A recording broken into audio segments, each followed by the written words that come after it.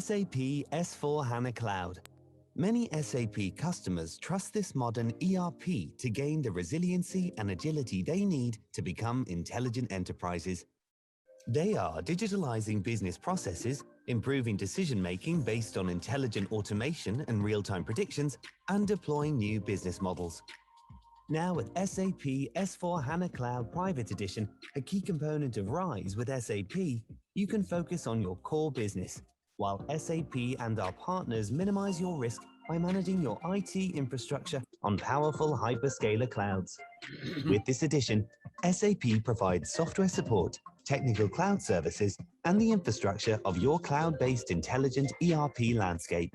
With one subscription price, one service level agreement, and one point of contact, you can achieve significant benefits, including faster deployment with well-defined conversion methodologies, the hyperscaler of your choice to deliver scalable performance, operational reliability, infrastructure security, and lower total cost of ownership. Simplified integration and extensibility with access to SAP Business Technology Platform. Access to the full scope of SAP S/4HANA Cloud, supporting 25 industries, 64 countries, and 39 languages. Rapid savings by eliminating maintenance payments on traditional perpetual licenses. SAP S/4HANA Cloud Private Edition delivers a new level of flexibility previously unavailable in a cloud solution. This advantage allows you to tailor the software to meet your specific needs. You can also retain company-specific configurations and customizations of your deployment of SAP ERP Central Component, SAP Solution Extensions, and a broad portfolio of SAP Certified Partner Solutions. You can even tap into the strength of partnerships that have made SAP one of the world's global leaders in ERP software. Leading system integrators provide advisory and implementation services that can help facilitate your approach and application management services to guide you through the process of developing more effective technical and business practices. Get the foundation you need to become an intelligent enterprise. Trust SAP S/4HANA Cloud Private Edition.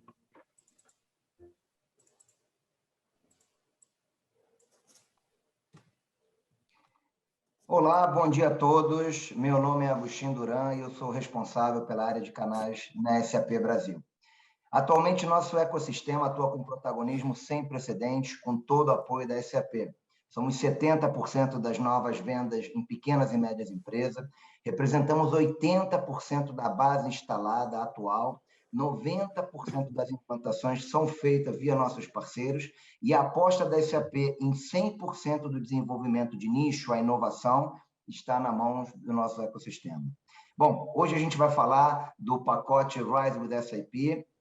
A ideia da SAP é atender clientes em todos os estágios de transformação digital e responder à grande pergunta, como conectar a tecnologia com o negócio. Isso que buscamos com essa nova oferta. Sabemos que os clientes cada vez mais buscam muito mais do que apenas a migração técnica. Eles querem mudar o funcionamento das empresas. Hoje, a transformação empresarial como um serviço é a realidade da SAP. Bom, a gente vai ter uma agenda aqui repleta de alguns tópicos. A gente vai ter cases de sucesso, as dicas do nosso parceiro Cash e um call to action no final. Agora, em seguida, vamos falar um pouco de tecnologia e humanidade. Chamo com a gente Carlos Piazza. Bom dia. E bom dia, Agostinho. Como está você? Um bom dia a todas e a todos. Um prazer gigante estar aqui para vir atormentar você logo cedo, né? Porque, afinal de contas, a gente vai atormentar. Porque nesse mundo de extrema aceleração, né, Agostinho? Tudo que a gente não pode fazer é ficar esperando as coisas acontecer, porque o protagonismo que a gente precisa é gigantescamente ativado, né? Então, claro que para falar desse assunto absolutamente estranho, né, para o nosso dia a dia, falar de tecnologias e humanidade, a gente vai ver que a tecnologia avança tanto, Agostinho, que a gente não consegue nem mais imaginar como a gente rendeu nossa vida a coisas que não têm o menor sentido. né? Então, claro que a gente vai ter que tocar nos assuntos, porque a gente está vendo de verdade uma revolução. Me permitindo me apresentar a todas e a todos, eu sou então o Carlos Piazza, eu sou darwinista digital, futurista certificado pelo Millennium Project, que é uma estrutura da ONU, da Unesco, né? Eu sou membro também do Future of Life Institute, trabalhando com o futuro da vida também, por isso que a gente está falando de humanidade aqui, que talvez o futuro mais divertido que a gente tem é ser tão simplesmente humano. Porque quando as tecnologias vão tomando tudo da gente e a gente adorou fazer tarefa de máquina ruim, talvez o melhor lugar que a gente tenha mesmo é ser humano de volta. E claro que estamos fazendo um retorno de volta, né? Eu sou embaixador no Brasil também do Teach the Future, que é uma iniciativa da Universidade de Houston. Também sou membro do World Future Studies Federation e trabalhando fortemente na questão do darwinismo digital. Como o nome a barba já diz, né? Darwin no centro, adaptabilidade possível quando tudo muda o tempo inteiro. Meu Deus, a gente não está nem pronto para a gente bater de frente, nem conhecer as tecnologias. Elas mudam antes, muito antes mesmo da gente compreendê-las e muda muito antes também da gente conseguir domesticá-las. Portanto, a capacidade que a gente precisa ter de ser adaptável no meio do caminho é uma coisa de enlouquecer, porque você não poderá ter mais, né, ciclos muito longos de desenvolvimento. E é claro que todo mundo sabe que tem que ser ágil, ninguém muito sabe por quê, né? E é claro que as tecnologias exponenciais combinadas entre si fazem um verdadeiro hecatombe na vida de todo mundo, né? E quando a gente fala sobre tudo isso, meu Deus, é uma coisa tão maluca o que a tecnologia oferece pra gente, justamente por causa do avanço, né, exponencial das tecnologias combinadas entre si.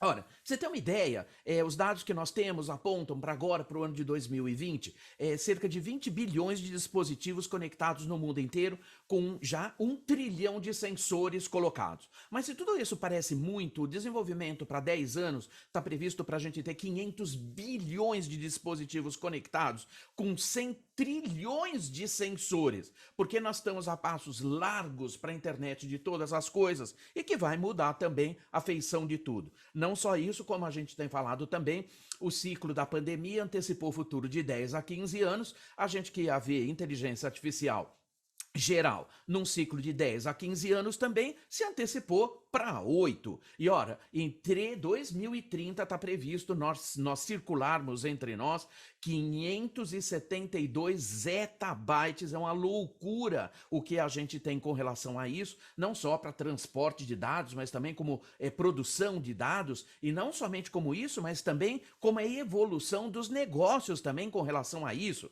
porque se lá no passado eu tinha então, né, a própria a forma com que a gente olhava o Business Analytics, usando muito pouca máquina, olhando dados históricos e olhando performance histórica. Ora, quando a gente já está na segunda fase do Business Analytics, usando então sistemas, né, e análise preditiva, gente, tudo isso é passado. A gente tem agora, né, a forma com que a terceira fase do Business Analytics, que é justamente, né, a forma como eu posso ter a prescrição. Eu já tenho tecnologias que ajudam a gente a determinar qual é o melhor plano de ação. Gente, a gente continua onde? Lá no Excel, no PowerPoint, ainda com o chefe pedindo para você trocar a cor da maldita da bolinha.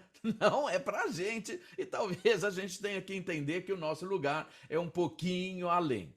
Quando a gente fala de tecnologias exponenciais combinadas entre si, é uma loucura o que acontece, porque há muito tempo a tecnologia ultrapassou sonoramente a capacidade da adaptabilidade humana. E claro que de tudo isso que a gente fala, a importância gigantesca do mindset digital, talvez pensar de forma digital é uma forma extremamente mais complexa de se pensar, não temos todos os drives, né? Pensar de forma analógica do passado era infinitamente mais divertido, porque a gente não tinha o tempo conspirando contra nós, e claro que hoje a égide do tempo acontece em duas coisas. Primeiro, um processo de uma aceleração aceleração brutal do que nós estamos vendo, justamente por causa do crescimento exponencial das tecnologias e também por conta da globalização da tecnologia da informação, que carinhosamente nós chamamos de globotics, né?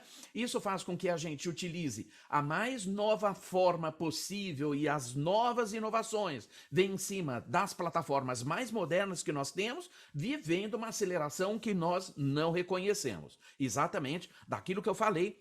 A gente não tem tempo nem de domesticar as tecnologias, muito menos aprender antes. Ela já mudou, e ela já mudou, e ela já mudou de novo. E claro que quando a gente fala sobre isso, também a velocidade e a forma com que o cálculo vem sobre nós, ficou visível a curva exponencial lá para 1950.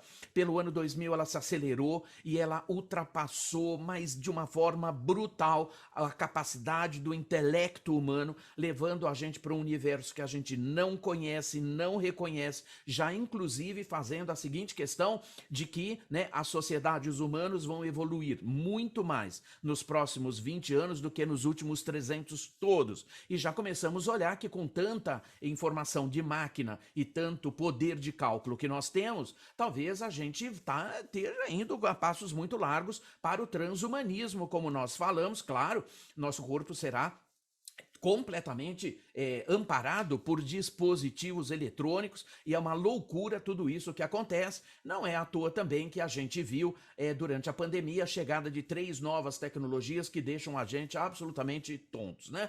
Primeiro, que a gente já falava há bastante tempo da morte da lei de Moore, né? A questão de que a tecnologia ela dobra sobre ela mesma a cada 1 ano e 8 meses e o seu custo cai pela metade. Claro que isso estava se esgotando, estava ficando muito caro poder dobrar e poder reduzir, porque a gente estava dobrando, mas também os equipamentos estavam ficando cada vez maiores, e a gente levou um susto do tamanho do mundo agora no mês de fevereiro deste ano, durante a pandemia, onde a Universidade de Essex do Reino Unido trouxe para a gente, então, a primeira forma que não, a lei de Moore ela poderá ter uma sobrevida de mais 150 anos, então você imagina o que a gente tem quando a gente tem tecnologia que dobra sobre ela mesma, neste nível que nós estamos falando, a cada 1 ano e 8 meses, né? Então, o que aconteceu? O MIT trouxe para a gente o tal do nano, né, origami de grafeno, o menor chip, um nanochip de origami de grafeno, que é uma coisa impensável, porque o grafeno ele foi descoberto aí há pelo menos 8 anos atrás. Ele é um material monoatômico da espessura de um átomo e ele tem propriedades absurdas. Ora,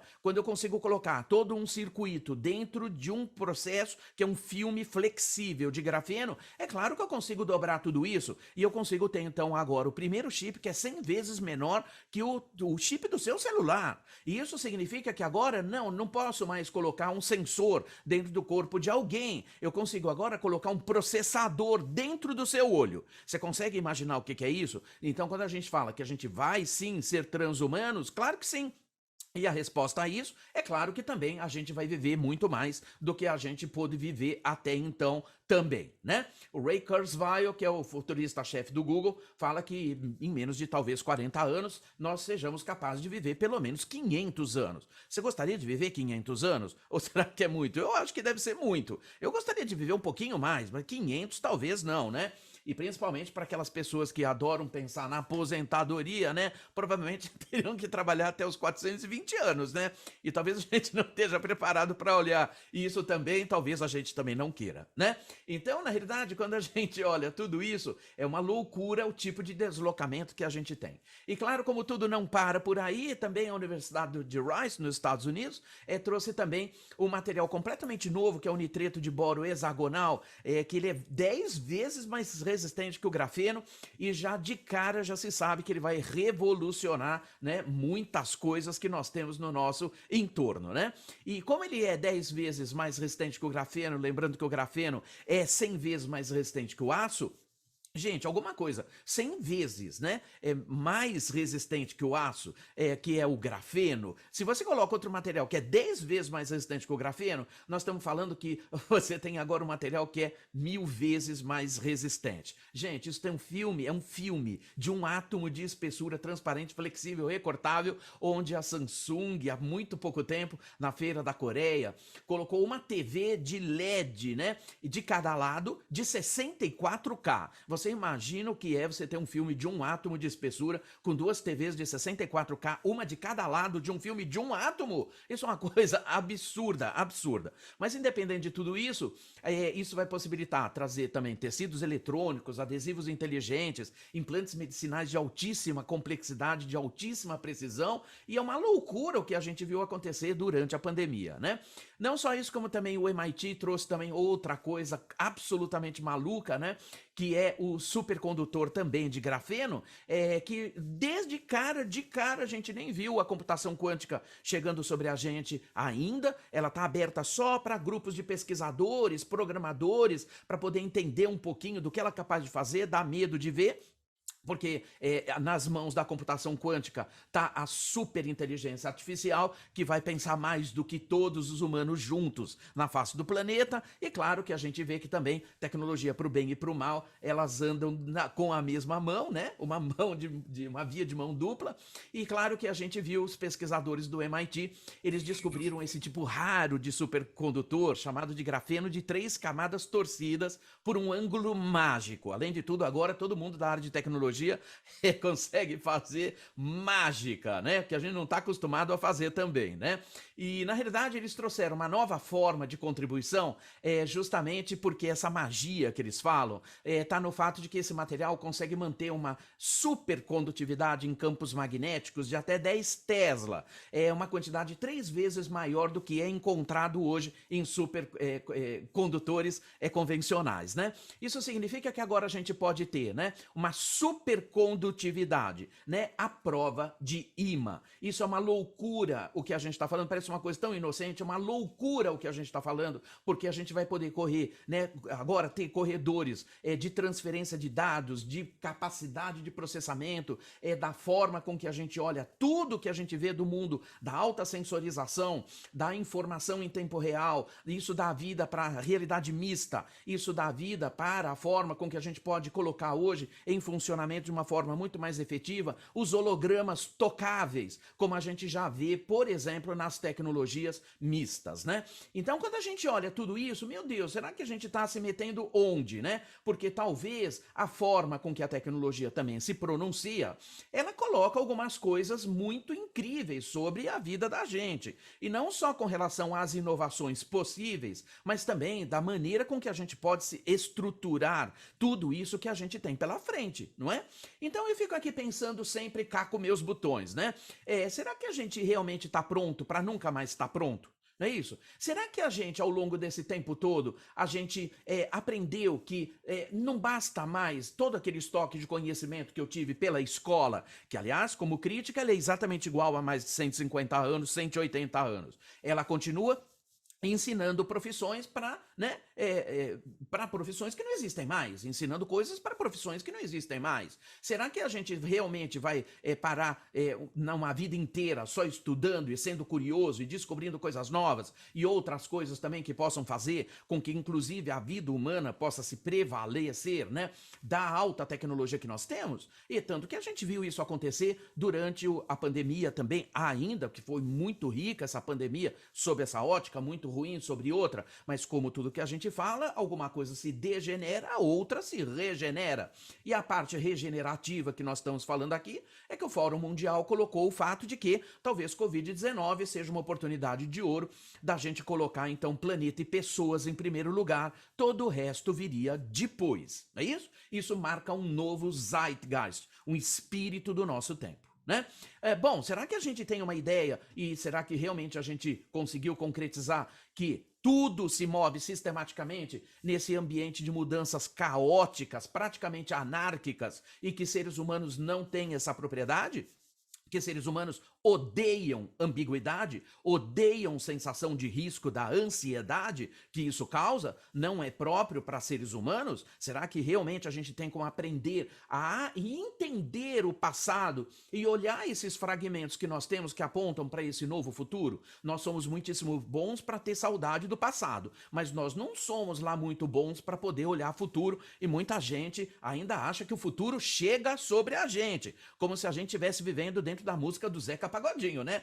Que ele fala, ó, deixa a vida me levar, vida leva eu, né? Não é nada disso. O futuro é cocriado, ele é construído, ele está nas nossas mãos, e a gente acabou, né, entendendo que a gente não tem todas as ferramentas para a gente poder olhar futuro, né? Como eu falava aqui, nós trabalhamos muito com uma ferramenta que são os 3 horizontes, né? Onde nós temos o primeiro horizonte, que é tudo aquilo que entra em declínio, tudo aquilo que degenera. O horizonte 3 é aquilo que emerge por baixo da curva da degeneração, que é a curva da regeneração. E a parte mais importante que nós estamos falando aqui é o horizonte 2, porque o horizonte 2 ele olha o que degenera, ele olha o que regenera e cria as pontes de inovação entre, né, o que degenera e o que regenera. Então, na realidade, essa transição que nós temos, ela traz a cultura degenerativa para a cultura regenerativa, com muita inovação no centro, fazendo a tradução das 2 linhas. E claro que quando a gente olha isso, a gente entende muito bem o que está degenerando. Isso tudo a olhos vistos. Mas a gente não consegue ter uma ideia do que poderia se regenerar, não é isso? Então, na realidade, como a gente poderia trazer todos esses insumos a tempo presente, né? O mundo da colaboração, da inovação aberta, dos ambientes competitivos, dos ambientes ultra ágeis, né? É mais do que ultra ágeis, eles têm que ser adaptágeis. Eu não posso nem ter tempo de dividir as 2 coisas, né? Da forma com que eu tenho que ter o conhecimento rizomático, que é a gente poder desmamar daquela ideia. Todo mundo me pergunta o que é o rizoma, né? A gente rouba da botânica, porque eu sou um polímata, um nexialista, um darwinista digital, eu sou futurista estratégico, então eu roubo isso da botânica, né? As plantas rizomáticas, elas crescem indiscriminadamente para todos os cantos. Para cima, para baixo, tem raiz em cima, tem raiz embaixo, tem caule em cima, tem caule embaixo, as folhas estão embaixo, estão em cima, crescem de forma desordenada e tomam um terreno inteiro, e a única coisa que você sabe do padrão rizomático é que não há nenhum padrão, né, parecido com o outro, você não consegue buscar um padrão de base, tudo cresce num ambiente caótico, e a gente sempre diz que, olha, graças a Deus que a gente está na tranquilidade do caos, porque do caos emerge o futuro. Eu não tenho futuro sem caos. Como a gente detesta o caos, a gente não consegue fazer futuro, é tão simples assim, né? Então, na realidade, será que a gente consegue responder uma pergunta que é muito simples? Como eu deveria criar valor quando tudo muda o tempo inteiro? Né? E o Alvin Toffler, um super autor, que há mais de 50 anos escreveu um livro lindo chamado Future Shock, o choque do futuro, e ele sempre pontuou, há mais de 50 anos, que o choque do futuro é a desorientação estonteante provocada pela chegada prematura do futuro.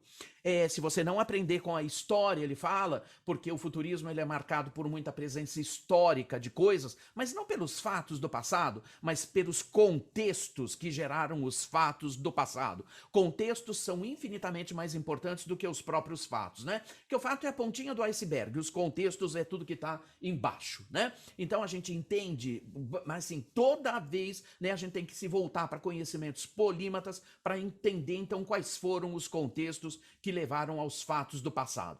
E ele fala que se a gente não aprender com isso, nós seremos compelidos a aliviá-la olhando só tão simplesmente os fatos do passado. Mas ele também provoca que se você não mudar o seu futuro, seremos compelidos a suportá-lo, e isso pode ser muito pior, porque se você não mudar o seu futuro e você não cria o seu próprio futuro, você pode ter certeza que alguém está criando ele para você.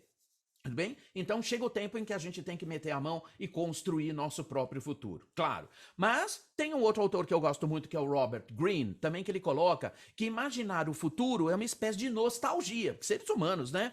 A gente adora o passado, porque ele é um lugar seguro, ele é um lugar protegido, ele é um lugar que nos deixa muito, né, aquecidos, porque nós não temos susto, nós já vivemos, nós sabemos o que funciona, nós sabemos o que não funciona, e a gente sabe quais são os nossos limites. Então, por isso que ele fala que imaginar o futuro é uma espécie de nostalgia. Ele fala que você passa uma vida inteira preso no labirinto, não é isso? Pensando como um dia você vai escapar e como tudo isso vai ser incrível, imaginando também que o futuro te mantém em movimento, mas que também você nunca faz, não é isso? Então, na realidade, aí aparece aquilo que teoricamente a gente chama de retrotopia. O Bauman fala muito sobre isso, o próprio Zygmunt Bauman fala também de uma forma muito incrível sobre isso, porque ele fala que você vai lá e se refugia no passado, né? Porque, na realidade, quando você olha tudo isso lá para trás, você acaba se refugiando lá no passado, tentando reescrever o futuro sobre a ótica do passado, e isso significa que você mata as utopias, você não terá inovações muito relevantes na mão. Portanto, ele fala que a gente usa e tem esse péssimo hábito de usar o futuro tão simplesmente para tentar escapar do presente, e não é isso que a gente precisa fazer. E o Genome Glenn, que é o CEO global do Millennium Project, ele também coloca que, ao construir cenários também, né, da forma com que você poderia usar a ficção científica aplicada para a vida da gente. Porque todos nós, sim, seres humanos adoram ficção científica, porque somos os únicos seres vivos na face deste planeta, dos outros eu não sei, tá? Mas desse eu tenho certeza, de que conseguem imaginar coisas que nunca aconteceram. O nome que a gente dá para isso é ficção. Não é isso? Então, na realidade, ele fala que ao construir cenários ou pensar a ficção possível dentro do Science Fiction Experience Design, né, você mostra poder de estabelecer ligações de causa e efeito entre esses dois universos, né? Você é capaz de, então, ver conexões prováveis, conexões possíveis, conexões plausíveis e conexões preferíveis. E você pode criar uma história possível e você, então, poderá perceber aí no meio do caminho tudo aquilo que você quer e tudo aquilo que você não quer, exatamente como é a feição do futuro. Nós conduzimos o futuro, porque quando a gente começa a pensar futuro, a gente altera o presente. Tudo bem? Não é pensando no passado que a gente altera o presente. É pensando no futuro que a gente altera o presente, porque nós estamos num corredor de utopia, não voltando para o passado, numa condução de distopia, ok? Então ele fala sempre que o futuro está nas nossas mãos, e isso significa uma coisa muito incrível, que é juntar tecnologia e filosofia, e entender também que as questões de muita tecnologia imputam o fato também de que eu tenho que estudar o dobro de ciências humanas. Ciências humanas são prevalentes perante ciências tecnológicas, ok? Então eu tenho o Tech e o Touch, eu tenho o Fuzzy e o Tech, enxergando que então são duas metades da mesma coisa que nós estamos falando.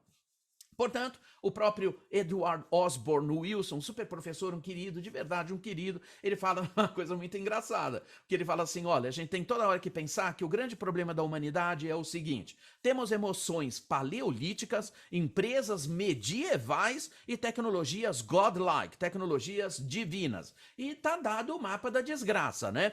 A gente tem memórias afetivas e tem emoções paleolíticas que não nos tiram do passado. A gente precisa pensar futuro como a gente nunca viu, porque do século XXI ele é marcadíssimo por uma aceleração brutal no ritmo de mudanças agudas, que são causados pelo crescimento exponencial das tecnologias. E não é pandemia. Muito antes do que isso, a gente já vivia transformações que não tinham equivalentes em padrões anteriores, já vivendo um cenário de profunda ruptura, e a gente já tinha, mesmo antes da pandemia, um presente muito incerto, um futuro extremamente complexo que vem dessas estruturas todas, não é isso? Então, quando a gente fala que a forma com que o tempo se pronuncia sobre nós temos duas coisas muito ruins. A aceleração do tempo e o encurtamento do presente são dois efeitos miméticos. É por isso que a gente olha muito, né, a obra do Byung-Chul Han, que é um super filósofo contemporâneo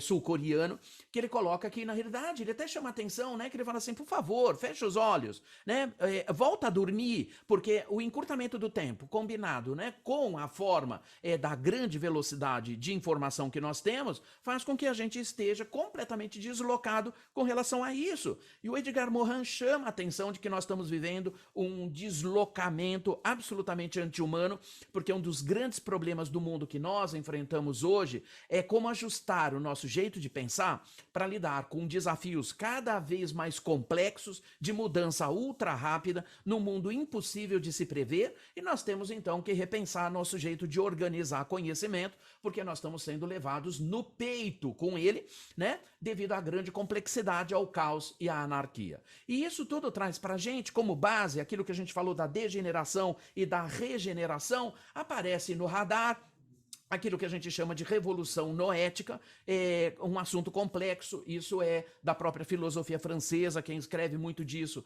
é o Marc Halevi, né? E ele fala que a disciplina, essa noética, ela é uma disciplina que nós estudamos muito em filosofia, né?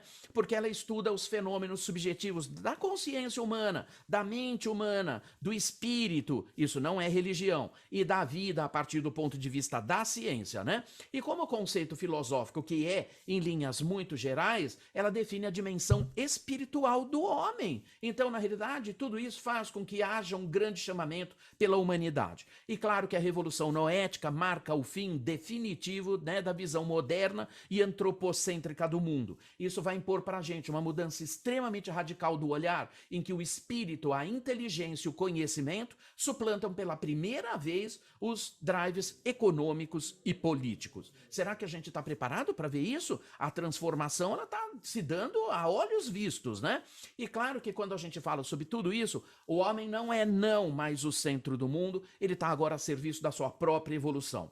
Então essas mudanças que são prioritárias vão desde a remodelação de sistemas de ensino, que como eu falei, são iguais há mais de 180 anos, né? A completa reorientação da pesquisa, porque nós temos que estar muito à frente e a gente tem que olhar como eu posso fazer isso à frente, e isso é fazer ficção científica, né? Passando pelo desenvolvimento de infraestruturas também, de conectividade informacional, porque teremos muito mais dados que vêm pela frente, independentemente da capacidade de cálculo que nós temos hoje das máquinas que amparam isso. E que se talvez a gente não conheça isso profundamente, hoje você pode comprar uma plataforma que pode dar para você 200 petaflops, já são 200 quatrilhões de cálculos por segundo. Com a chegada do germaneno sobre o silício, sabendo que o germaneno é 10 vezes mais rápido que o silício, na fase da computação quântica, que chegaria a 800 petaflop, nós pulamos em menos de 15 anos para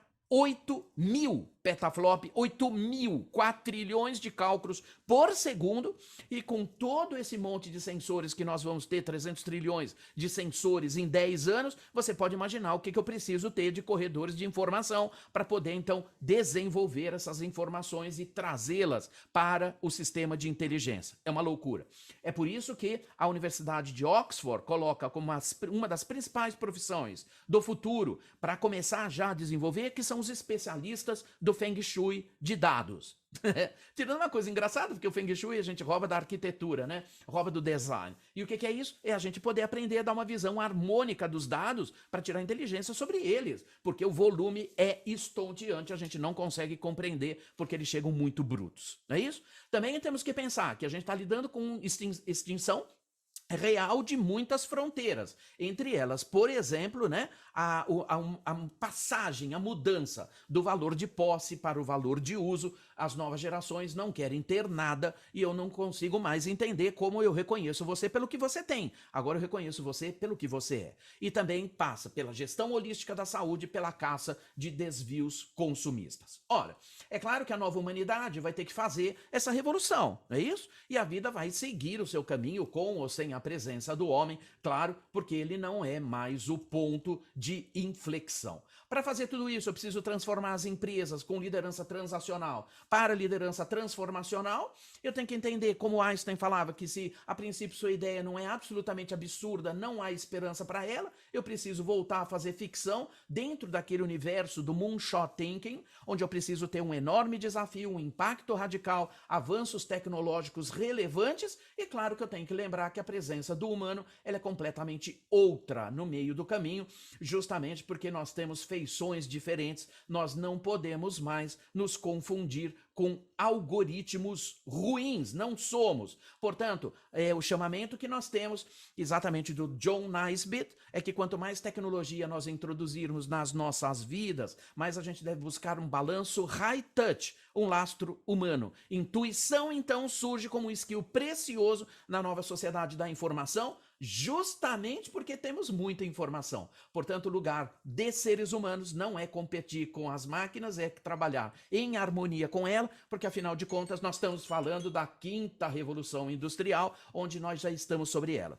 Portanto, território para humanos é Propósito, curiosidade, visão de futuro, foresight, pensamento crítico, análise do poder da ambiguidade, imaginação irrestrita e paixão. Na realidade, como Sorrell diz, humanos de verdade, né, só tem uma coisa que os torna relevantes daqui para todo sempre, que são os soft skills. Então, na realidade, se a gente continua tendo, né, muita afeição para ser hard skill, talvez não seja mais para a gente, ok? Então, na realidade, pessoas deveriam assumir todo o lado da curiosidade, de pessoas que não se vergam, que não se assustam, que estudam sozinhas, que são mal criadas, que são incansáveis, não abandonam nada no meio do caminho, que tem propósito muito claro, lembrando que quem tem propósito faz tudo de propósito, quem tem alta influência, alta autoridade, alta maturidade, são pessoas independentes, são os mega colaboradores turbo com as máquinas, quase membros de uma quadrilha altamente, né,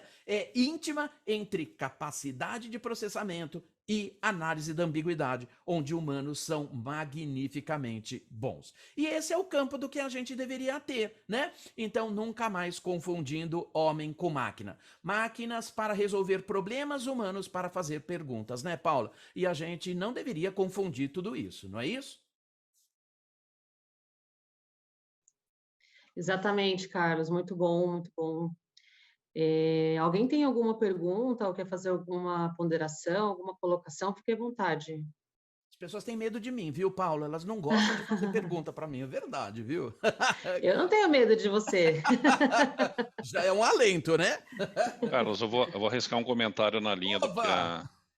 que você comentou no começo, que é da onde vai vir o recurso humano para nos ajudar com isso, porque a linha de frente, a gente tem heróis aí como você e outros grandes líderes, mas aquela grande massa crítica de gente que vai efetuar isso realmente. De onde você acha que vai vir? É uma adaptação? É gente que vai se formar de outras fontes? Como é que você vê isso?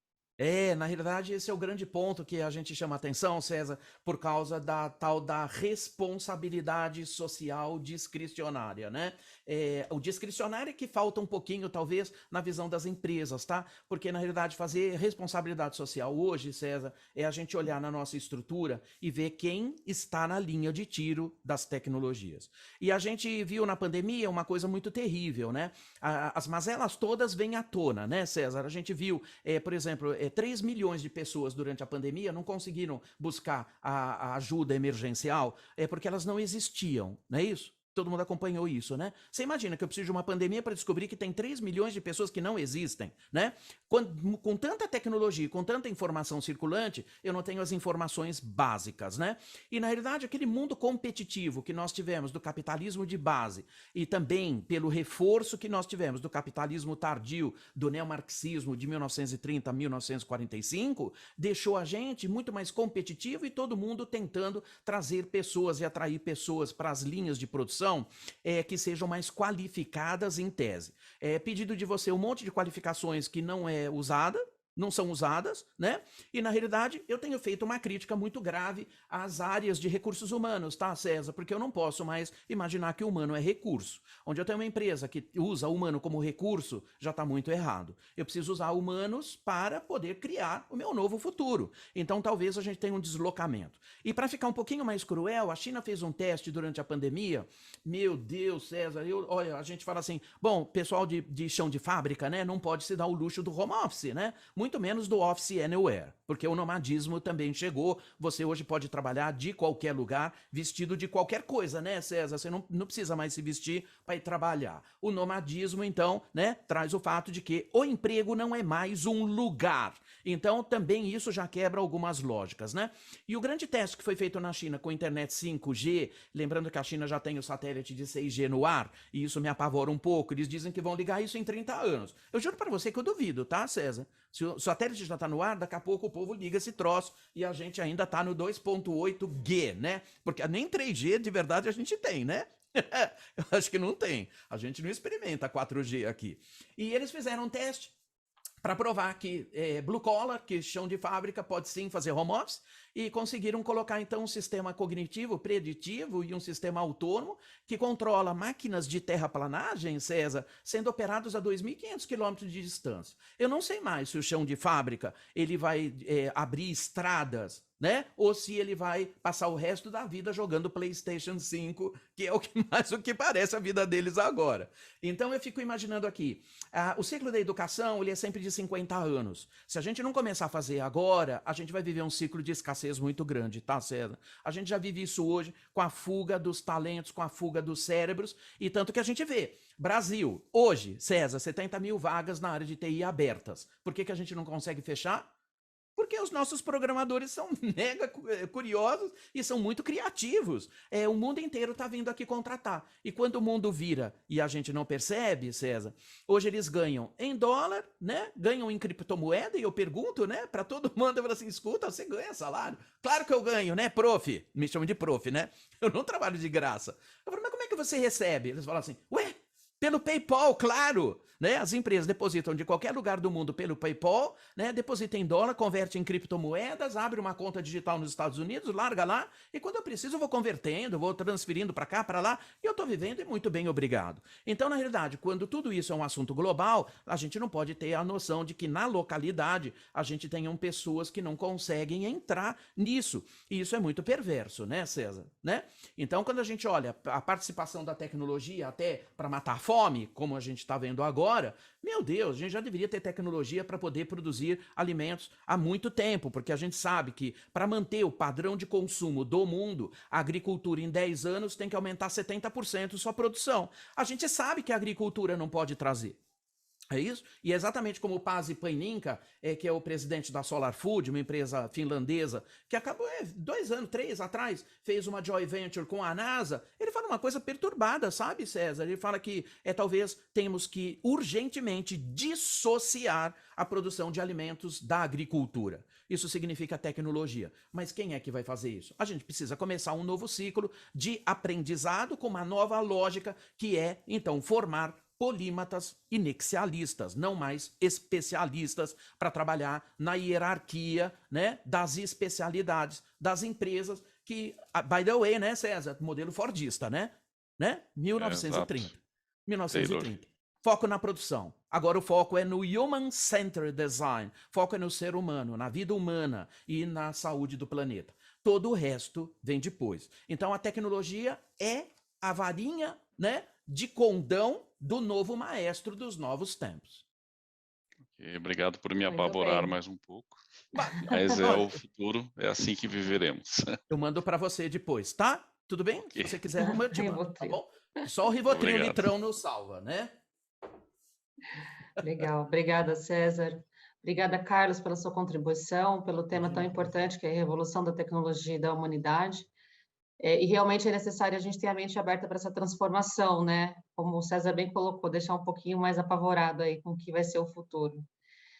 Bom, agora eu gostaria de chamar o case da Morlan, que vai ser apresentado pelo Carlos Eduardo, futuro conselheiro da Morlan, e Rômulo Pires, gerente de negócios do Grupo Cast. Eles vão nos contar um pouco sobre como foi o processo de decisão e as motivações que a Morlan teve para pensar no movimento e com soluções para a nuvem, tá? Mas você pode rodar o vídeo para a gente, por favor?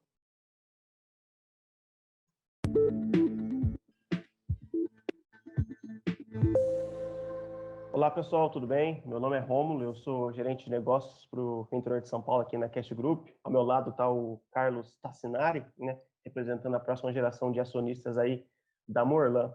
A gente vai bater um papo rápido hoje aqui sobre um tema importante aí, que é o Move to Rise, né? Que a solução é cloud aí da SAP, né? Tudo bem, Cadu?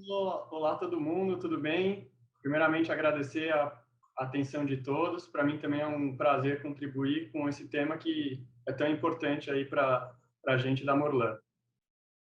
Legal, Cadu. Antes da gente iniciar, eu vou só falar brevemente sobre a Cast Group, para quem não conhece, tá, pessoal? Nós somos uma empresa, um dos principais parceiros da SAP no Brasil hoje, com mais de 30 anos de história aí, temos mais de 2.500 colaboradores espalhados pelo Brasil todo aí, né? São Paulo, Goiás, Mato Grosso do Sul, Distrito Federal, Santa Catarina, Rio Grande do Sul também, então tem uma turma boa toda espalhada, e o nosso foco realmente é a implementação de projetos SAP, tá? Além, claro, de projetos de rollout, conversão, projetos de melhoria mesmo, a própria sustentação SAP, que a gente chama de AMS, a sustentação de IMS também, a parte de outsourcing e de automação, né?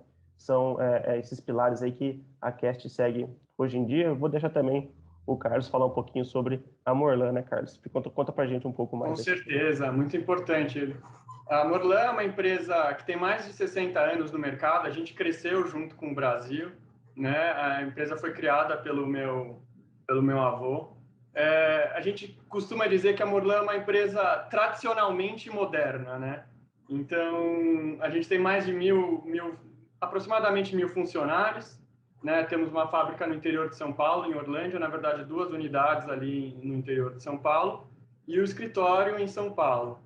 A gente atua, né? A nossa especialização é na fabricação de arames, né? Então, somos especialistas na fabricação de arames de aço, né? Aço galvanizado, e exportamos para diversos países, além de uma atuação muito forte no mercado interno, né? Exportamos para a América do Norte, aqui para a América do Sul, além de outros países também, na África, na Europa e etc. Legal, Cadu, muito legal. E vamos falar um pouquinho dos desafios que foi, né, para a própria Morlan, essa decisão de ir para a nuvem, né? Por que vocês optaram ir para essa S/4HANA Cloud, né? Essa oferta do RISE, né, do Move, como que vocês chegaram isso? O que vocês enfrentaram para realmente chegar nessa conclusão aí de optar pela SAP e pela Cloud? Bom, para essa decisão do cloud, a gente primeiro teve que revisitar todos aqueles pontos que são importantes para a gente, né? Então, desde da disponibilidade das aplicações, da segurança, da flexibilidade, da escalabilidade, né? A gente levantou uma lista de fatores críticos aí para o nosso sucesso e foi desmembrando elas uma por uma para entender e ter essa segurança necessária. Talvez a segurança seja um dos pontos aí mais relevantes, mas também a própria disponibilidade dos serviços. Para a gente, na verdade, a gente sempre tratou muito como um tema muito importante, né? O hosting, né? Quer dizer, e agora a gente vê como fundamental e muito importante aí para esses próximos passos e para a sucessão, né? Aqui eu como representante da próxima geração dos acionistas, a gente sempre pensa em longo prazo, na verdade, né? Então a gente entende sim como um fator crítico aí para o nosso sucesso nos próximos anos, né? Entendi, muito legal também. Eu posso comentar de repente aqui alguns tipos alguns pontos que a gente considerou mais importante, quer dizer, além da própria decisão financeira, que é uma decisão que com certeza tem que ser levada em consideração, a própria percepção dos usuários, quer dizer, o medo dos próprios acionistas, quer dizer, como que a gente conseguiu lidar com isso, né, e convencer o pessoal, as gerações anteriores, né, que a gente está seguro, né? Muita gente pensa, eu vou para o mundo cloud. Às vezes você não tem ali a máquina tangível para você, mas a gente percebeu pela uma análise aí criteriosa e junto com o pessoal que nos apoiou tanto da Cast como da SAP, que a gente entende que a gente está, na verdade, mais seguro no ambiente cloud. Tá? A gente está mais seguro e com uma disponibilidade que a gente não conseguiria no nosso ambiente on-premise, né? É uma transição, né, Carlos, que tem que fazer. Claro que toda a mudança traz algo, né, de desconforto ali, está acostumado muito tempo de uma certa forma de agir, de fazer negócio no dia a dia ali. Quando vê uma coisa nova, realmente acho que tem que ser estudado e por isso que vocês fizeram, né, muito bem aí nessa jornada para conseguir fazer essa decisão. Tá, eu acho que é interessante pautar aqui algumas das resistências que a gente encontrou, desde link de internet, quer dizer, da infraestrutura que a gente precisaria para estar numa cloud. Quando a gente entrou nessa conversa com essa SAP, nós éramos literalmente muito leigos, né, muito cegos no assunto. Então, foi importante cada uma das conversas que a gente teve. Eles foram, na verdade, quebrando alguns dos paradigmas, né, de uma galera que não estava não tinha essa percepção ainda que a cloud nos iam trazer muitos benefícios, né? Um dos pontos, a própria infraestrutura que a gente precisaria para o ambiente cloud, né, que a gente entende que é muito tranquila hoje em dia pela redundância, pela robustez, né, do que a gente encontra hoje em dia na nossa, tanto em Orlândia quanto em São Paulo, nós estamos tranquilamente bem atendidos do ponto de vista de infraestrutura necessária para operar o ambiente cloud. Quando a gente fala do Move to Rise, a gente está encontrando 2 parceiros muito grandes, quer dizer, 3 parceiros. Quando a gente fala do Move to Rise, a gente está encontrando 3 parceiros com nomes muito grandes, né? Tanto o grupo da Cast, quanto a SAP e quanto o Hyperscaler. Então, a gente está falando de 3 nomes muito fortes por trás do nosso Move to Rise. Esse Move to Rise nos dá uma segurança estratégica, aí, pensando no futuro, que a gente vai ter uma continuidade dos negócios. Enquanto que no ambiente on-premise, a gente tinha sempre contratos, né, sem garantia de compras de máquinas e que são sempre necessários, quer dizer, você não sabe o que vai esperar daqui a 5 anos no ambiente on-premise, você não sabe qual vai estar o preço das máquinas, o recurso que a gente vai precisar, a gente não tem a escalabilidade, a gente não tinha a flexibilidade. Então, todos esses pontos foram fundamentais para a gente ter decidido entrar no RISE, fechar essa parceria com o Cast, com a SAP e também com o nosso Hyperscaler. É normal, numa empresa tradicional como a nossa, quer dizer, que está há 60 anos no mercado, que a gente encontre resistência das pessoas que estão habituadas a trabalhar no modelo on-premise. Mas como que a gente lidou, né? Como que a gente foi, na verdade, desconstruindo esses medos, né? A própria assistência da Cast, ao nos trazer todo o material necessário, a própria assistência do Hyperscaler e do pessoal da SAP, na verdade, foi desconstruindo esse nosso medo do ponto de vista técnico. E a partir do momento que a gente tem um ponto de vista técnico assegurado do que o cloud é seguro, tão quanto ou mais seguro do que o nosso ambiente on-premise, aí vira uma questão financeira. Aí a gente conseguiu pôr na ponta do lápis e decidir ir para o RISE com segurança e com conforto, né, sabendo que a tomada de decisão era melhor do ponto de vista financeiro também. Legal, Carlos. E pegando um gancho aí, falando de cache, né? O que levou vocês a optarem pela cache? A gente sabe que tem as suas curiosidades no caminho aí, mas o que levou vocês a fazer essa decisão, não só por SAP, né, mas por ter a Cast para seguir com vocês junto nessa transição, né, nessa evolução aí de sistêmica e também evolução de negócio que vocês estão prevendo aí no futuro para Murlan?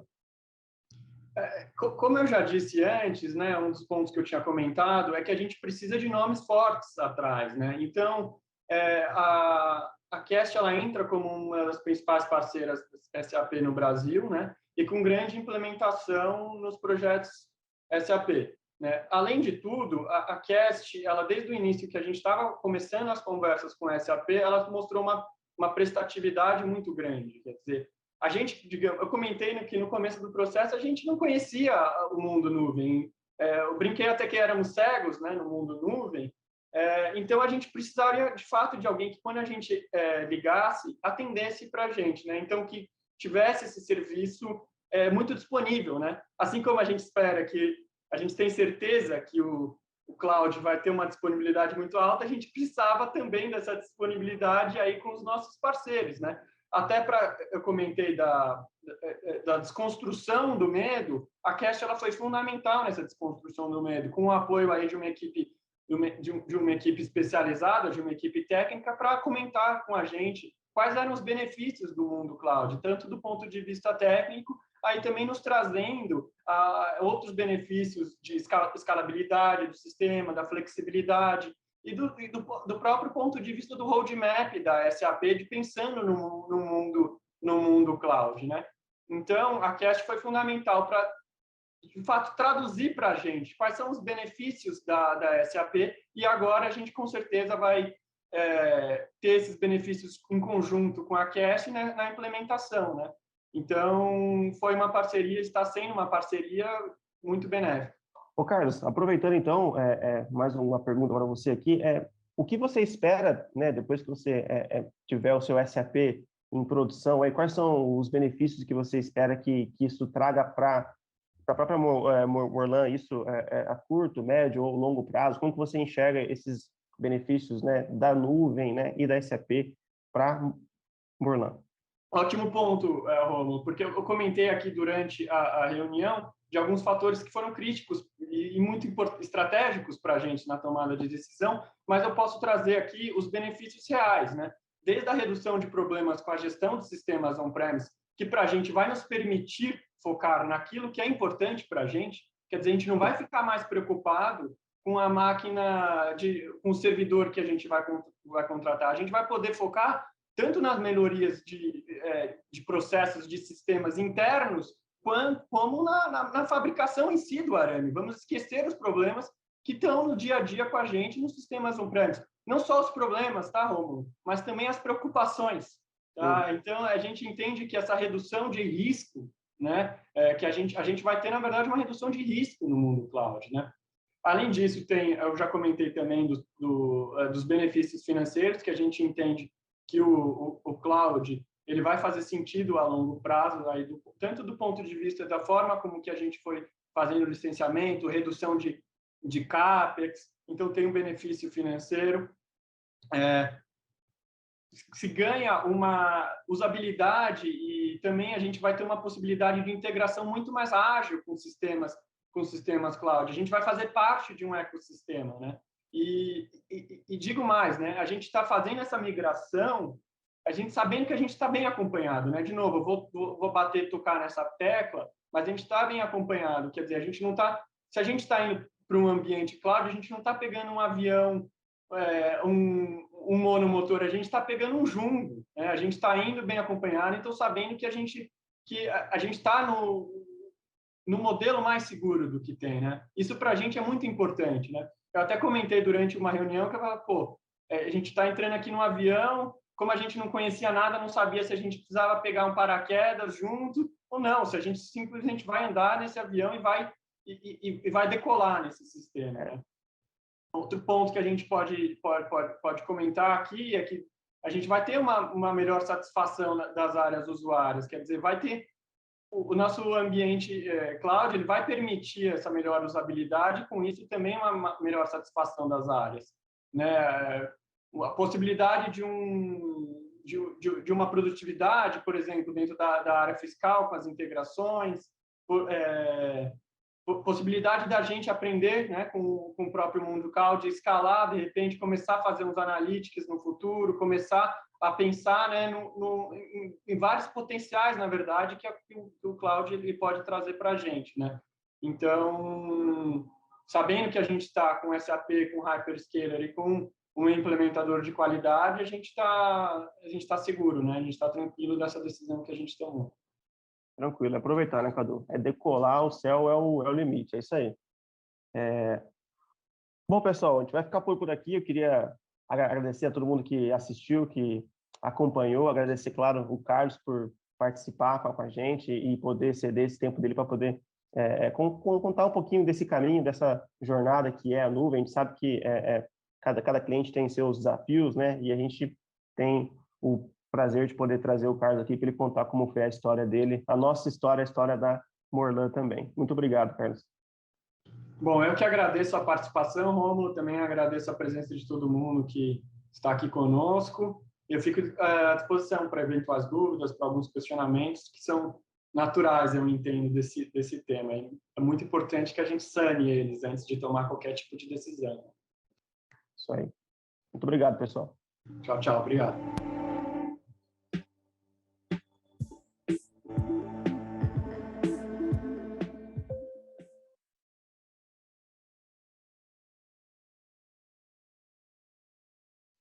Bom, pessoal, obrigada mais uma vez aí pela apresentação do case, muito enriquecedor como sempre. É sempre bom ouvir a experiência de um cliente contando um pouquinho de como foi esse processo de transformação, né? Que a gente sabe que leva tempo, mas é bem importante para os negócios continuarem progredindo.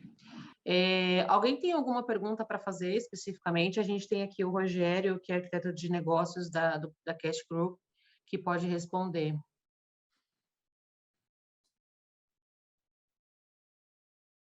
Não, beleza. Bom, vamos chamar agora um outro vídeo que o nosso parceiro nos trouxe sobre dicas do parceiro, tá? Com o Guilherme Joventino, que é CEO da Mignal, e Rodrigo Andrade, diretor de projetos da Cast Group. Moisés, coloca para a gente, por favor. Olá, pessoal. Meu nome é Rodrigo Andrade, eu sou diretor de projetos da Cast Group. Ao meu lado hoje está aqui o Guilherme Joventino, CEO da Mignal, com o qual tenho muito prazer de conversarmos sobre um assunto tão em pauta aí no mercado, aí no dia a dia de vocês, que é o Move to Rise da SAP pela Cast Group e Mignal. Bom dia, Joventino. Rodrigo, gente, olá, Rodrigo, olá, pessoal, bom dia, né? Primeiramente aí agradeço a todo mundo que está aqui com essa atenção toda com a gente. Para mim é um prazer poder contribuir com a pauta tão importante para todo mundo, para todos os nossos clientes, que é falar sobre migração para o SAP S/4HANA e as atualizações que a gente precisa manter ali no S/4HANA a partir de agora. Legal.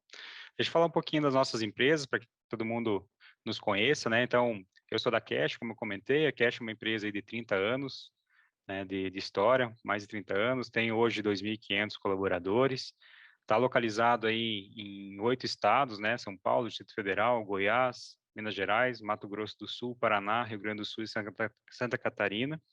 A gente tem aí 20 unidades de negócio, e entre as atividades que a gente faz, estão aí projetos SAP, né, tanto de implantação quanto de rollouts, conversões para S/4HANA, né, as migrações, e também projetos menores, né, que a gente chama de AMS, que aí entram as melhorias, as micro-melhorias, a parte de gestão de infraestrutura, né, a parte do suporte à operação, e também itens, outras entregas fora do mundo SAP, como fábrica de software, outsourcing e automação. E da Mignal, Joventino, se puder falar um pouquinho sobre a Mignal antes da gente entrar nos assuntos. Legal. Assim, gente, eu acho que é o mais importante a gente comentar ali, a Mignal, hoje ela é dona de um software com o próprio nome, que nós resolvemos, nós trouxemos para o mercado SAP algo que era só feito com pessoas, com consultores, que é fazer a atualização do SAP de forma automática, através de software. Então, a nossa proposta é de fazer uma conversão de SAP ECC para SAP S/4HANA através de software, através de uma subscrição e não através de um valor de projeto, e dali para frente manter os nossos clientes atualizados.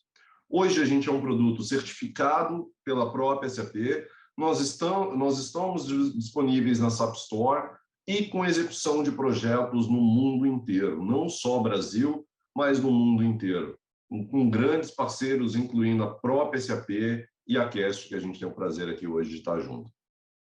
Legal, Joventino. Bom, para a gente começar então a falar do assunto, né, eu queria antes contextualizar um pouquinho ali do pessoal sobre os tipos de migração que a gente costuma tratar aí com os clientes, né. Então, sempre que a gente fala do caminho para o S/4HANA, quem tem hoje ECC e precisa ir para o S/4HANA, ele tem algumas estratégias de migração. Elas costumam ganhar um nomezinho ali que representa elas, né. A primeira delas, a mais comum, né, a que a gente até recomenda aí para os clientes, é a estratégia do Brownfield. Ou seja, eu migro a minha solução ECC atual para um servidor S/4HANA, né, já trocando a versão do produto para o S/4HANA, mantendo todo ali o seu histórico de dados, né, todos os seus desenvolvimentos são convertidos para continuar funcionando com a nova versão do S/4HANA, e você passa, a partir desse momento, poder utilizar, né, configurar, expandir, começar a utilizar os seus aplicativos Fiori e assim por diante. Um outro modelo muito parecido com esse, mas que entrou bastante no contexto dos clientes, devido a essa migração também contar com, muitas vezes, a troca de infraestrutura on-premise para uma infraestrutura cloud, que é o modelo Bluefield. né, que é muito semelhante ao Brownfield, onde eu migro, converto a minha solução atual, porém eu não levo meus dados históricos. Isso visando principalmente a redução da base de dados e não ter um custo adicional de infraestrutura nesse modelo novo ali, né, que é o modelo em cloud, onde a infraestrutura faz diferença no valor da subscrição mensal, da assinatura ali do contrato de IMS. Né? E o outro modelo, que não vai ser muito o nosso foco aqui, que seria um modelo Greenfield, onde a empresa decide por reimplementar o SAP. Né? Mas aí é um projeto que se aproxima muito de um projeto de implantação e não tanto de um projeto de conversão. Né? A gente hoje, né, já tem vários cases, né, de empresas que fizeram a conversão no Brasil, né? A Mignal tem vários cases aí que já foram cases de sucesso nessa estratégia de conversão, e a gente entende que é uma estratégia segura, né? E com a ferramenta da Mignal, uma estratégia bastante interessante que viabiliza muito os projetos, tanto pelo prazo quanto pelo investimento para se fazer essa conversão. Eu queria que você falasse um pouquinho mais, Joventino, sobre essa situação das empresas e quem normalmente... Como que é essa abordagem, né, desse projeto? Como que funciona na prática aí, esses cenários? Então, quando a gente fala de Mignal, a gente tem que... Ou quando a gente fala normalmente de atualização do S/4HANA ou atualização de SAP, a gente lembra de projeto e a gente lembra de algo que dá medo para todo mundo, né? Em mais de 80% dos projetos foram projetos traumáticos para as organizações. É um número extremamente alto. E a gente, nos últimos anos, o mercado SAP ele tem atrelado a ir para o S/4 como uma grande mudança, com uma grande atualização para o usuário, e isso põe um pouco de medo. O que a gente precisa entender é que nós temos duas alternativas. Mesmo sendo Bluefield, que é o Shell Conversion, ou Brownfield, nós podemos fazer quase que basicamente uma atualização técnica. Este é o primeiro ponto. Eu quero fazer uma atualização de reengenharia. Pode também, não tem problema. O que o Mignal ele traz de oportunidade é simplificar esta ida para o S/4HANA. Então, mas quais são as vantagens disso? Né? Todo mundo deve se perguntar, mas legal, eu vou para um S/4, não vou ter tantas mudanças funcionais, mas o que eu ganho com isso? Você tem vários ganhos, mas o grande ponto que eu acho que vale a pena é que você não precisa fazer um Big Bang. Você não precisa fazer um projeto onde, numa talagada, numa pancada inteira, você praticamente muda o teu RP como um todo. Você pode fazer essa adoção gradual. E isso é um grande problema nas organizações. Por que não? Ao invés de fazer um projeto de 15 meses, de 18 meses, você fazer um projeto de algumas semanas, de 3 meses, de 4 meses, atualiza para o S/4 e, na sequência, você vem fazendo adotando outras inovações do S/4. Então, esse é um ponto que tem sido extremamente bem aceito pelas organizações e que traz um retorno do investimento muito grande. O S/4 puro, ele já tem várias novidades e vários ganhos. Né? E a gente tem diversos clientes que comprovam isso. Um deles mesmo é a própria drogaria Pague Menos, né? Que trouxe uma agilidade muito grande para a equipe financeira. Então, assim, quando a gente passa a olhar nesse outro prisma, e a gente não está reinventando a roda. O mercado inteiro fala de metodologias ágeis. O mercado inteiro fala de quick wins. Mas o mercado SAP ainda tem a mania de falar de Big Bang, de implementar tudo de uma vez, de fazer projetos monstruosos. A gente ainda não está muito acostumado. Então, esta é uma quebra de paradigma extremamente interessante. E na hora que a gente coloca desta forma, implementações que estavam sendo planejadas para 2024, 2025, elas estão sendo trazidas para agora para poder diluir este processo inteiro. E o custo, ele também é diluído. Porque como a gente está falando de software, a gente está falando de uma subscrição. A gente não está falando de um one-shot de projeto. A gente está falando de pequenas parcelas ao longo do tempo. E isso agiliza e auxilia bastante os nossos clientes. Perfeito, Juventino. Eu concordo 100%, né, com o ponto que você comentou, né? Essa visão, né, de projetos longos e grandes é uma visão bastante ultrapassada, né? A gente percebe no mercado atual. Seja de troca de ERP, seja de outros projetos, a gente está sempre convivendo, né, com essa busca das empresas em fazer passos menores, né, constantes, né, vários passos constantes, porque o valor começa a retornar antecipadamente. Sim. E como você comentou, mesmo no cenário da conversão técnica, né, que é, assim, no nosso ponto de vista técnico, a forma mais segura de você trabalhar com essa mudança, sem gerar impacto, sem gerar rupturas, né, nas operações, ela por si só já traz ganhos, como você comentou, né? Ganhos de performance mesmo, por ser um banco HANA, né? Por ser um banco em memória. Tem questões do próprio suporte, que você passa a ter uma versão atualizada, ou seja, muitas correções que hoje o teu produto lá atrás não tem, já estão implementadas, né? Nessa versão atual.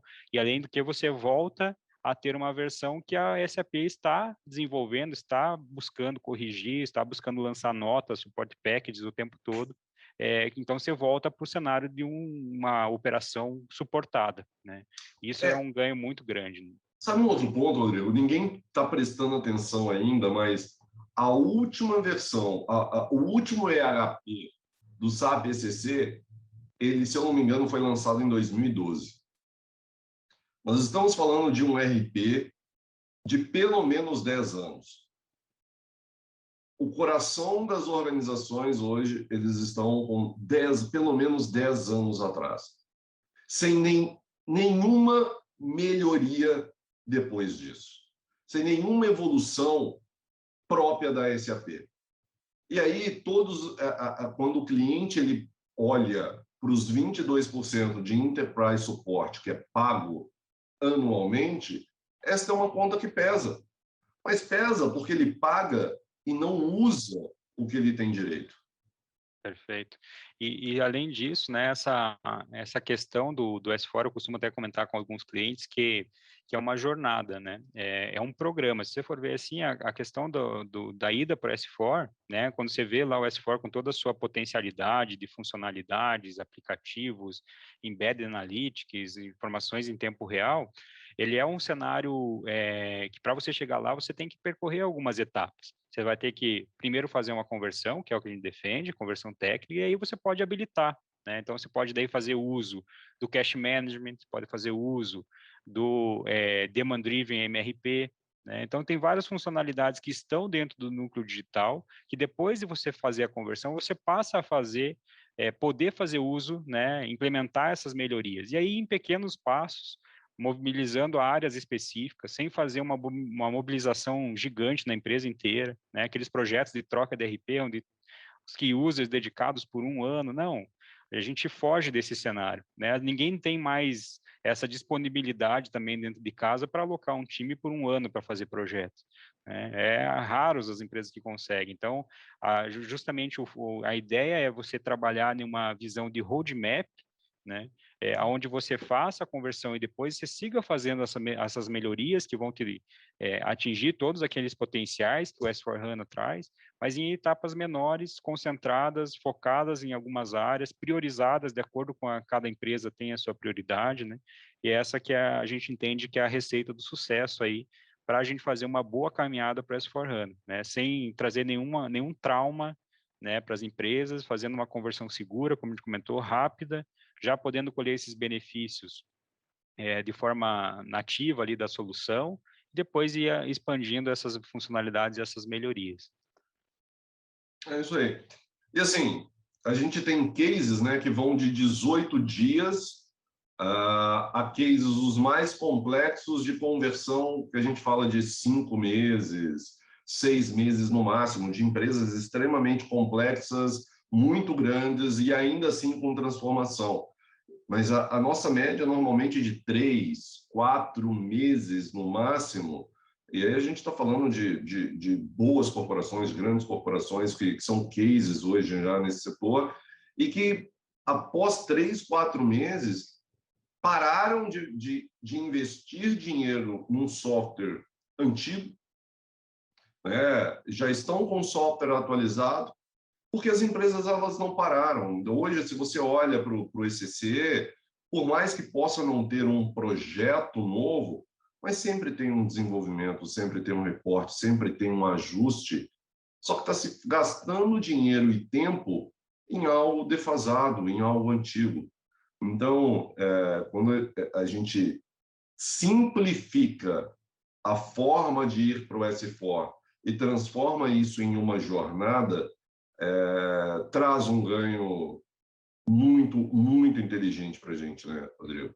Legal, e aí a gente consegue combinar o melhor dos dois lados. Então, assim, a nossa ideia aqui é apresentar justamente um roadmap, onde ele começa com uma ida para o S4, e essa ida para o S4 ela pode ser puramente técnica, ela pode ser técnica com melhorias, com evoluções, e essas evoluções podem ser dentro do projeto inicial, ela pode ser fatiada em entregas parciais pós uma primeira entrega do S4. Então, assim, nós criamos uma forma em conjunto aqui de montar esse castelo com Lego da forma que melhor se encaixar com cada um dos clientes, né? Perfeito. E nessa visão, né, de longo prazo, tanto a Cash quanto a Mignal tem, né, que nasceu, né, essa nossa parceria, justamente porque a gente, quando teve contato, né, com a Mignal, com essa ferramenta revolucionária que eles criaram, super produtiva, né, de buscar fazer essa parceria para justamente levar aos nossos clientes o que a gente entende de melhor, né? Que é esse conceito de passos contínuos e pequenos, né? Usando o que a gente tem de melhor aí para fazer uma conversão segura, que é a ferramenta da Mignal, e dando apoio aos nossos clientes tanto nas atividades que podem ser necessárias pré-projeto, para facilitar, né? Para primeiro diagnosticar o caminho correto para a conversão e, de repente, até antecipar para facilitar algo durante o projeto de conversão, e também essas iniciativas pós-projeto, e aí de agregação de valor, aí usando, né, as potencialidades, aí, os novos módulos, as novas ferramentas que o S4 traz.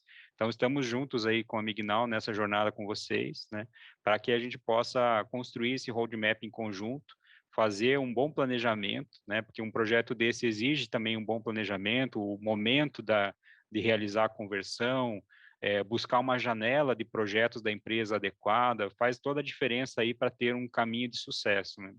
Então, a gente está junto aí nesse caminho para justamente construir junto com vocês esse roadmap e dar passos aí o mais breve possível para fazer uso, né? Como o Guilherme comentou, de todo esse suporte que as empresas já pagam, né, e que muitas delas não estão fazendo uso aí nos últimos anos, né? Então, é urgente aí essa mudança para fazer esse dinheiro retornar para a empresa, né? Esse dinheiro investido na manutenção e evolução do SAP, ele precisa ser utilizado. Então, é nessa forma que a gente entende que os clientes podem contar conosco aí para apoiá-los nessa transição, né, Guilherme? É isso aí. Beleza, eu agradeço ao Guilherme, né, amigo de longa data aí, já tivemos em algumas aventuras juntas aí nesse mundo SAP. Muito obrigado a todos que estão nos assistindo também, espero que a gente tenha contribuído aí para clarificar um pouquinho sobre esse tema e nos colocamos à disposição aqui para dar sequência aí nessas ações junto com vocês. Muito obrigado, Joventino. Obrigado, Rodrigo. E assim, eu queria fazer um convite, né, para a gente sair apenas do discurso e da gente fazer esse assessment. Não tem custo da gente fazer essa proposição de trabalho com vocês para demonstrar o quão simples é o que a gente está falando, poder apresentar cases, poder mostrar que este é um caminho que vai ter que acontecer, né? Agora, qual é o melhor momento para esse caminho acontecer?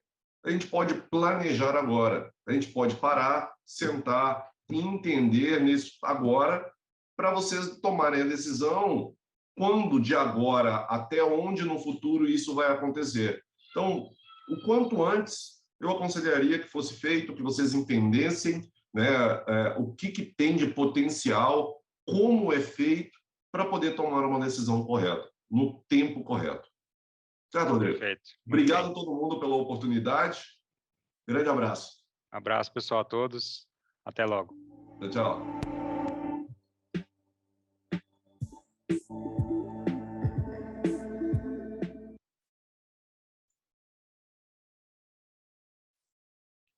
Obrigada, pessoal. Obrigada, Grupo Cast, que está aí apoiando a gente, trazendo um conteúdo super importante para fazer avaliação nesse processo de mover para a nuvem, né? Gostaria de fazer um agradecimento especial ao Carlos, que está aqui com a gente, da Morlan, que gravou o vídeo tão gentilmente. Obrigada, Carlos, mais uma vez, e seja bem-vindo à SAP. A gente espera que seja uma parceria de longa data. Alguém tem alguma pergunta? Ficou alguma dúvida? Querem fazer algum questionamento para a Cast? Ou algum complemento? Fiquem à vontade. Tá todo mundo tímido hoje, né? Bom, nesse caso eu vou chamar o César Ferrari, que vai falar um pouquinho do call to action desse evento e explicar como que a gente vai partir daqui para frente. César, com você. Olá, bom dia a todos. Então, não tenho muita coisa a adicionar aí, o que já foi tão brilhantemente levantado por todo mundo, né? Retomando um pouco aí da provocação que o Carlos nos fez, a gente não tem mais que justificar por que mudar, a gente acaba tendo que justificar por que não mudar, né? Porque aquilo tudo que nos está disponível agora, que a gente chama aí desse termo grávido de transformação digital, é usar as tecnologias que estão à nossa disposição para dois fins muito práticos, imediatos, né? Melhorar a experiência dos nossos clientes, aumentá-la, expandi-la, conhecer melhor o cliente, ponta a ponta, a sua transação final, outras transações com outros players, né?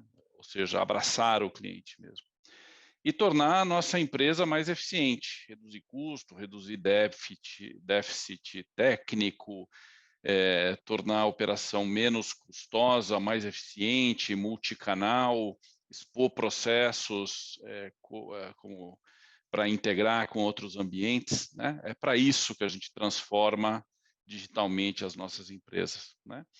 Rise with SAP é uma das respostas da SAP para tornar isso tangível no mundo de vocês, né? A plataforma sobre a qual construir essa transformação, porque o SAP é o centro, né, do planejamento e das transações, em grande parte da economia, né, em grande parte dos nossos clientes. Então, nada mais lógico que começar essa transformação também a partir do seu centro da sua plataforma de negócio, né? E aí a gente evoluiu sobre como engajar-se aí com a Cast, né?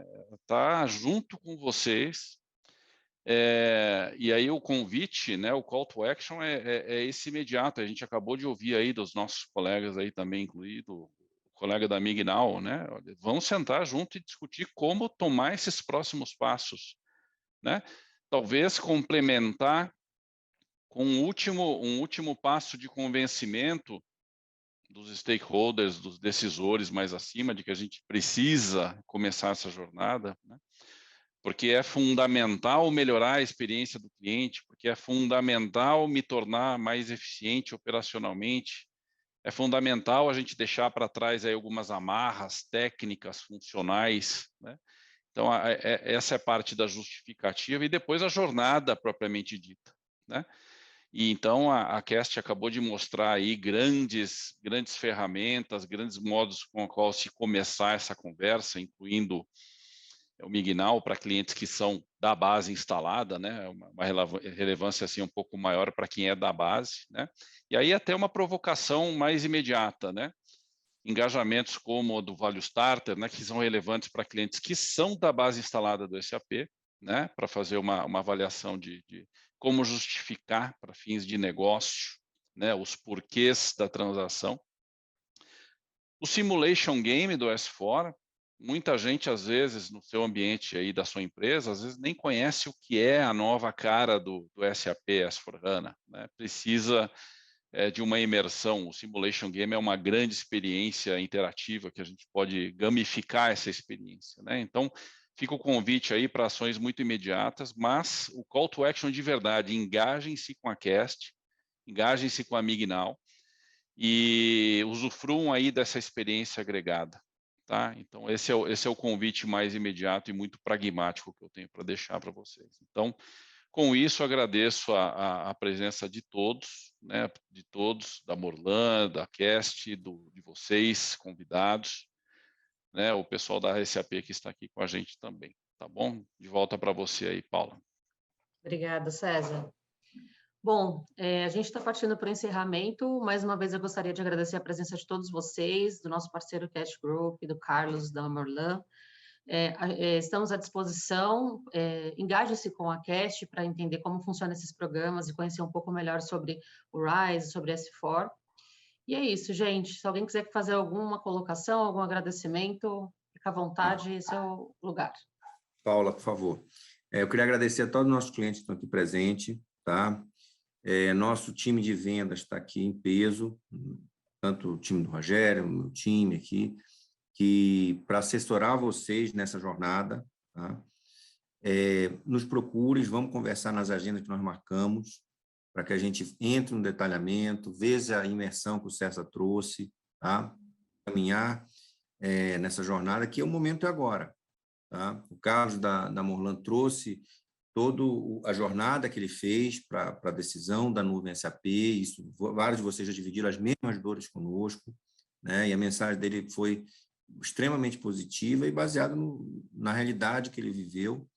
Então, peço ali que a gente continue com nossas agendas, tá? Vamos trazer, né, para todos aqueles que já nos procuraram, a Mignal também, para levantar e detalhar um pouco mais ali do processo, né? O Joventino trouxe cenários muito rápidos, que vários de 2, 3 meses, que vários de cenários de vocês aqui se enquadram nisso, algo bem mais simples e economicamente muito interessante para todo mundo, tá? Então, eu queria agradecer a todos vocês, né? E agradecer a presença da SAP pela oportunidade, né? Agradecer a todos os nossos clientes aí, o Carlos também, tudo, o time da Mignal, nosso parceiro. Obrigada, Fábio. Obrigada, gente. Um excelente resto de semana. A gente está no meio da semana para todos. Até mais. Estamos à disposição. Obrigada. Tchau, pessoal. Obrigado. Era só para deixar podem compartilhar meu contato se o pessoal tiver alguma dúvida, quiser entrar no foro, eu estou à disposição aí. Eu conversei com bastantes parceiros SAP e Cast para tomar a minha decisão, então eu sei quão importante que é, então eu fico à disposição aí para todos, tá bom? Era só esse o recado. Obrigada, Carlos.